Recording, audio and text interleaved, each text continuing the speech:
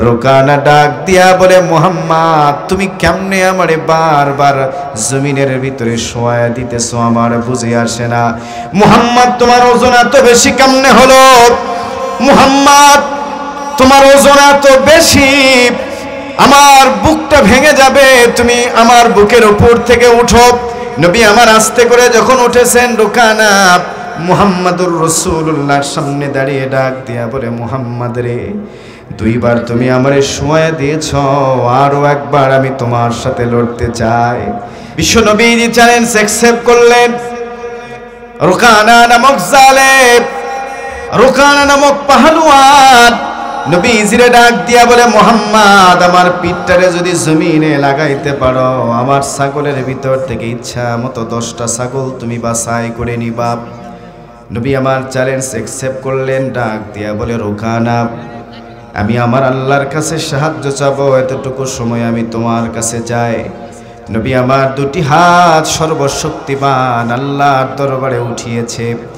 আল্লাহরে ডাক দিয়া বলে, আল্লাহ ও আসমানের মালিক, আয় আল্লাহ তুমি আমারে শক্তি দাও, আমি রোকানা নামক পাহলওয়ানের সাথে কুস্তি লড়তে চাইতেছি রে মালিক। এদিকে রোকানা দোয়া করতেছে লাত মানাত উজ্জার হবলের কাছে। রোকানা মোনাজাত কমপ্লিট করেছে। নবী আমার মোনাজাত কমপ্লিট করলেন। রোকানা নবীজির সামনে দাঁড়িয়ে গেছে। নবী আমার রোকানারে ডাক দিয়া বলে, রোকানা, রোকানা তুমি কুস্তি লড়তে এখন কি প্রস্তুত? নবীজির কথা রোকানা বলে, নাম হা। বিশ্ব নবীজি নবী আমার রোকানারে ডাক দিয়া বলে, রোকানা তুমি কি সম্পূর্ণভাবে রেডি হয়ে আছো? রোকানা বলে, নাম হা। নবী আমার রোকানারে একটা হাত দিয়ে ধরে সজোরে আছাড় দিয়ে জমিনের ভিতরে শোয়া দিয়েছে। শুধু তাই নয়, নবীজি রোকানার বুকের উপরে বসে পড়লেন। রোকানা ডাক দিয়া বলে, মুহাম্মদ আমার ইজ্জত সম্মান আর রইল না, তুমি আমারে আছাড় দিয়া জমিনের ভিতরে শোয়া দিয়েছ, আমার বুকের উপরে উঠে বসেছ। মুহাম্মদ তুমি আমার বুকের উপর থেকে উঠো, তোমার ওজন এমন বেশি হয়েছে যে মনে হয় উহুদ পাহাড় আমার বুকের উপরে উঠানো হয়েছে। নবী আমার উঠেছেন। রোকানা ডাক দিয়া বলে, ও মুহাম্মদ তুমি কেমনে আমারে জমিনে শোয়া দিলা, আমার তো বুঝে আসতেছে না, আমি তোমার সাথে আরো একবার কুস্তি লড়তে চাই। নবী আমার আবার চ্যালেঞ্জ অ্যাকসেপ্ট করলেন। যুবক ভাইরা আমার, বিশ্ব নবীজি রহমতে আলম রোকানারে ডাক দিয়া বলে, এখন তুমি প্রস্তুতি নাও, আমিও আল্লাহর কাছে সাহায্য চাই। বিশ্ব নবীজি দুটি হাত আল্লাহর দরবারে উঠিয়েছেন। আল্লাহরে ডাক দিয়া বলে, আসমানের মালিক, আয় আল্লাহ তুমি আমারে সাহায্য সহযোগিতা করো। রোকানা আবার সাথে আবার কুস্তি লড়তে চায়। নবীজি আল্লাহর কাছে দোয়া করলেন। রোকানা যখন নবীজির সামনে দাঁড়িয়েছে, নবী আমার আবার রোকানারে একটা হাত দিয়ে ধরে আছাড় দিয়ে জমিনের ভিতরে শোয়া দিয়েছে। শুধু শোয়াই নাই, নবীজি আবার রোকানার বুকের উপরে উঠে বসেছে। রোকানা ডাক দিয়া বলে, মুহাম্মদ তুমি কেমনে আমারে বারবার জমিনের ভিতরে শোয়া দিতেছো, আমার বুঝে আসে না। মুহাম্মদ তোমার ওজন এত বেশি কেমনে হলো? মুহাম্মদ তোমার ওজন এত বেশি, আমার বুকটা ভেঙে যাবে, তুমি আমার বুকের উপর থেকে উঠো। নবী আমার আস্তে করে যখন উঠেছেন, রোকানা মুহাম্মাদুর রাসূলুল্লাহর সামনে দাঁড়িয়ে ডাক দিয়া বলে, মুহাম্মদ রে, দুইবার তুমি আমারে শোয়া দিয়েছ, আরো একবার আমি তোমার সাথে লড়তে চাই।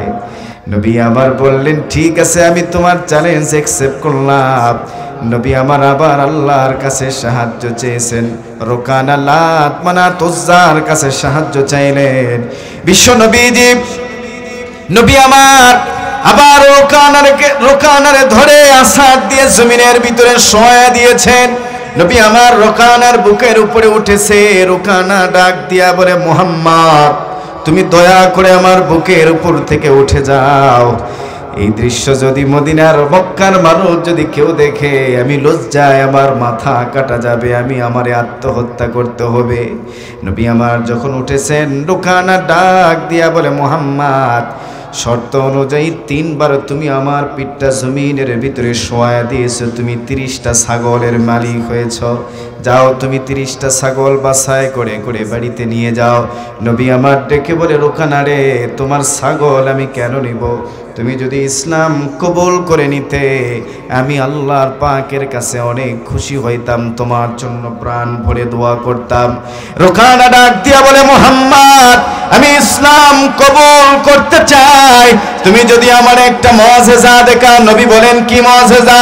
বলে, ওই যে দেখো বিশাল বড় একটা গাছ দেখা যায়, মুহাম্মদ তুমি এখানে দাঁড়িয়ে ইশারা করবা, তোমার ইশারায় যদি গাছটা দুটুকরো হয়ে আমার কাছে আসে, আবার তুমি ইশারা করবা, গাছটা আবার আগের জায়গায় গিয়ে জোড়া হয়ে যাবে, আগের মতো হয়ে যাবে। যদি তুমি এটা দেখাইতে পারো আমি তোমারে কথা দিলাম আমি ইসলামটারে কবুল করে নিব। নবী আমার ডেকে বলে, রোকানা রে, সত্যি করে বলো। রোকানা বলে, লাত মানাত উজ্জার কসম করে বললাম। নবী আমার সিজদায় পড়ে গেলেন, আল্লাহরে ডাক দিয়া বলে, আল্লাহ তোমার ক্ষমতার বাহিরে কিছুই নাই, আমি মুহাম্মাদের কোনো পাওয়ার নাই, ক্ষমতা নাই, সব পাওয়ার আর ক্ষমতা তোমার। আসমানের মালিক আল্লাহ, যেমনি ভাবে আমি জমিনে দাঁড়িয়ে শাহাদত আঙ্গুলি দ্বারা চাঁদের দিকে ইশারা করা মাত্র চাঁদ দুটুকরো হয়ে গিয়েছিল, রব্বুল আলামিন ওই গাছটারে দুটুকরো করে আমার কাছে পাঠিয়ে দাও। নবী আমার যখন ইশারা করেছেন, যুবক ভাই আমার বলেন তো, নবীজির ইশারা কবুল হবে কি হবে না? জবান খুলে বলেন।